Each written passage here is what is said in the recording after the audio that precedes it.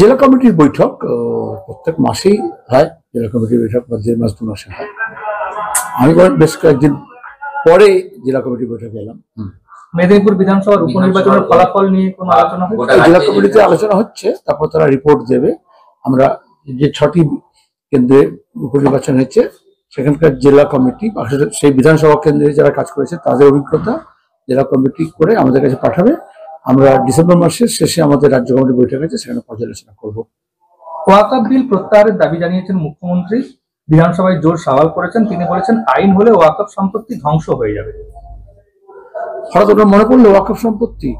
পশ্চিমবঙ্গে ওয়াকফের সম্পত্তি তৃণমূল ওয়াকফ বোর্ডের সদস্য এবং তার সঙ্গে দাঁড়িয়ে নানান রকমের যারা সিন্ডিকেট রাজ চালায়, প্রশাসন, পুরসভা, পঞ্চায়েত, এমএলএ, এমপি, তারা ধ্বংস করছে, লুট করছে। এটা আজকে কথা নয়। গত 13 বছর ধরে পশ্চিমবঙ্গের ওয়াকফ সম্পত্তি লুট বন্ধ করা, ওয়াকফের আয় বাড়ানো, ওয়াকফের সম্পত্তি রক্ষণাবেক্ষণ করা এবং দুর্নীতি মুক্ত প্রশাসন দেওয়ার ব্যাপারে রাজ্য সরকার কি করেছে। আবার কেন্দ্রীয় সরকারও হঠাৎ বলছে ওয়াকফ আইন পাল্টাবো বলে একটা ড্রাফট নিয়ে এসে জয়েন্ট পার্লামেন্টারি কমিটি করেছে। এটাই ভাওতা। আজকে আমাদের দেশের সামনে সবচেয়ে প্রথম সমস্যা কি? ওয়াকফ। শিক্ষা চৌপাট হচ্ছে, স্বাস্থ্য চৌপাট হচ্ছে, মানুষের নিরাপত্তা যাচ্ছে, হানাহানি হচ্ছে, প্রতিদিন খুনোখুনি হচ্ছে, জিনিসপত্রের দাম বাড়ছে, কৃষকের সমস্যা, ফসলের দাম পাচ্ছে না, বেকার ছেলেরা কাজ পাচ্ছে না। তাহলে এখান থেকে সরিয়ে কেন করা হচ্ছে? তুমি এখানে যারা বসে আছো তোমরা কজন এর মধ্যে ওয়াকফের সম্পত্তি নিয়ে হচ্ছে তোমার গিয়ে হ্যাঁ তার থেকে লাভ নিয়েছো বা লাভ পেতে পারো বা ক্ষতি হয়েছে তোমার বা ক্ষতি হতে পারে বলে মনে করছো? কজন এর আগে ওয়াকফ আইনটা কি, কেন ওয়াকফ হয়েছে এই দিয়ে কথা জানে আমাদের দেশে? মুখ্যমন্ত্রী জানেন, মমতা জানেন, সংখ্যালঘু দপ্তরে তিনি মন্ত্রী হয়েছেন। বাংলাদেশে ইসকন নিষিদ্ধের দাবিতে মামলা হয়েছে। আদালতের হস্তক্ষেপের প্রয়োজন নেই শুনানিতে মন্তব্য করেছে বাংলাদেশ হাইকোর্ট এবং সরকারের সতর্ক থাকা উচিত। বাংলাদেশ হাইকোর্টের পর্যবেক্ষণ। কি বলবো বাংলাদেশ হাইকোর্টের ব্যাপারে? এখানে যখন কোনো হয় তুমি বলো বিচারাধীন ব্যাপারে বলতে নেই, আর অন্য দেশে বলে বিচারাধীন বলতে হবে। এইটুকু আমরা জানি, বাংলাদেশে যা ঘটছে তাতে আমরা কেউই খুশি নই। আমরা প্রথম থেকে বলছিলাম যে ধর্মের সঙ্গে যদি রাজনীতি মেশানো হয়, সেটা বাংলাদেশে হোক, পাকিস্তানে হোক, আফগানিস্তানে হোক, ভারতে হোক, তাহলে ধর্মের মোহ যারে এসে ধরে অন্ধ সেজন মারে আর শুধু মরে। আজকে বাংলাদেশ তার উদাহরণ, গত 30 বছর ধরে আফগানিস্তান তার উদাহরণ হয়েছে। আমরা রোহিঙ্গিয়া আক্রমণ দেখেছি। আর যখন এই ধরনের ধর্ম নিয়ে কেন করে, এটাকে বলে সাংখ্যাধিক্যবাদ, যে যেখানে বেশি সংখ্যায় আছে তার আধিপত্য তৈরি হবে। এটাকে বলে মেজরিটেরিয়ানিজম। তাহলে পাকিস্তানে মুসলমান বেশি আছে, তাহলে সেখানে ইসলাম খাতরে মে হ্যায় বলে তারপর হচ্ছে তোমার কি মুসলমানদের এক কাটটা করে নিলে সেখানে যে তপশিলি আছে, আদিবাসী আছে, খ্রিস্টান আছে, যে শিখ আছে, যে হিন্দু আছে, তারপর আক্রমণ হবে। বাংলাদেশে এখন তাই হচ্ছে। তাহলে আমরা কি চাই? একটা ধর্মনিরপেক্ষ গণতান্ত্রিক ব্যবস্থা যেখানে শান্তি এবং সম্প্রীতি হবে। আমাদের রাজ্যে যারা গণতন্ত্র এবং ধর্মনিরপেক্ষতাকে শেষ করতে চাইছে এবং হিন্দু মেজরিটি আছে বলে, হিন্দু খাতরে মে হ্যায় বলে হঠাৎ করে হিন্দু জাগরণ করার চেষ্টা করছে, আসলে তার আধিপত্যবাদ হচ্ছে। মিড ডে মিলে মাত্র 90 পয়সা বরাদ্দ বেড়েছে। এই যে স্কিম, প্রথমত এটা বুঝে নিতে হবে, বামপন্থীরা দীর্ঘদিনের জন্য লড়াই করেছে, কারণ ক্ষুধার্ত শিশুরা, গরিব মানুষের ছেলেমেয়েরা স্কুলে যেত না, এখন যেমন আবার যে ব্যবস্থা করছে গোটা দেশে, তার জন্য গরিব মানুষের ঘরের ছেলেমেয়েরা যখন যাবে, যদি আটপেটা বা না খেয়ে যায় তাহলে পড়াশোনায় মন দেবে না। আমরা লড়াই করেছি, মিড ডে মিল চালু করেছি। তামিলনাড়ু, পশ্চিমবঙ্গ এগুলো চালু করা হয়। এখন মিড ডে মিলের চাল চুরি হয়। বিজেপি বলে ডিম দেওয়া হবে না, কারণ ওটা আমিষ, আর সে নিজেরা খাচ্ছে মুরগি মাংস।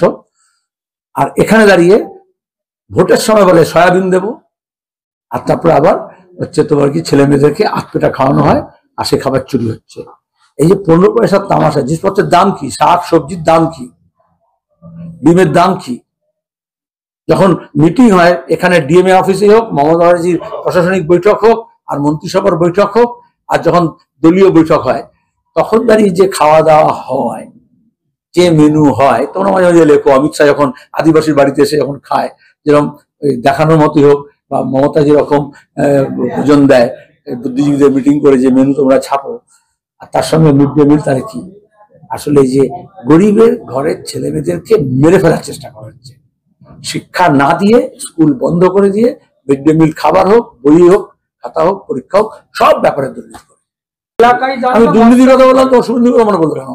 এলাকায় যান না মস্তানি করেন, রাজ্য বিজেপি নেতাদের এইভাবে ধমক দিয়েছে সুনীল বনসল, তাদের মেম্বারশিপ প্রক্রিয়া ঠিকঠাক চলছে না বলে।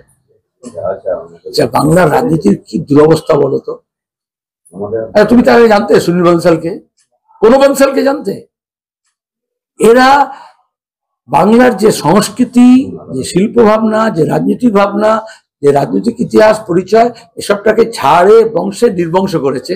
তারপরে বনসালের মতো লোকেদের, কিছুদিন আগে এরকম বিজয়বর্গী ছিল না, তাহলে তারা এসে এখানে ধমকাচ্ছে।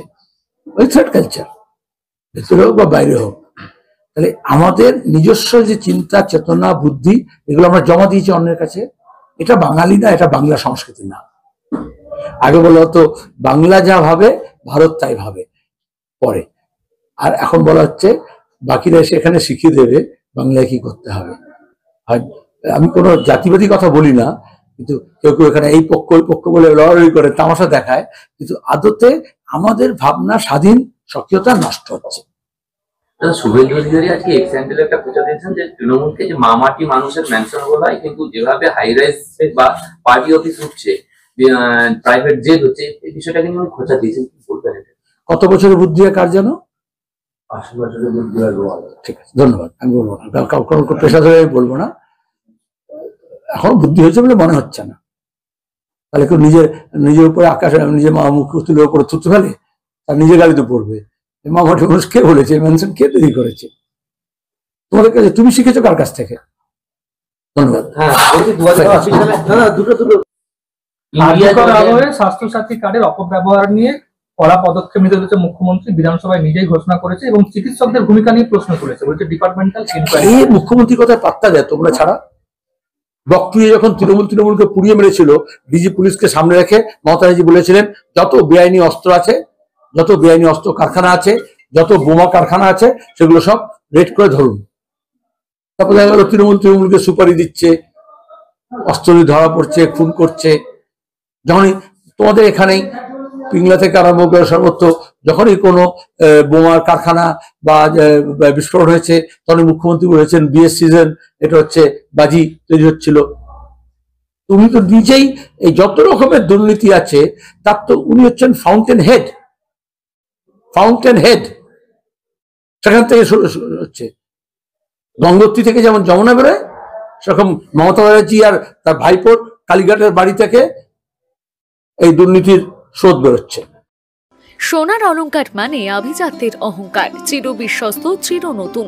বেলদার নবতম Tanushree hallmark jewellery house, Belda main road, Punjab ব্যাংকের বিপরীতে, যা আপনাদের সেবায় নিয়োজিত।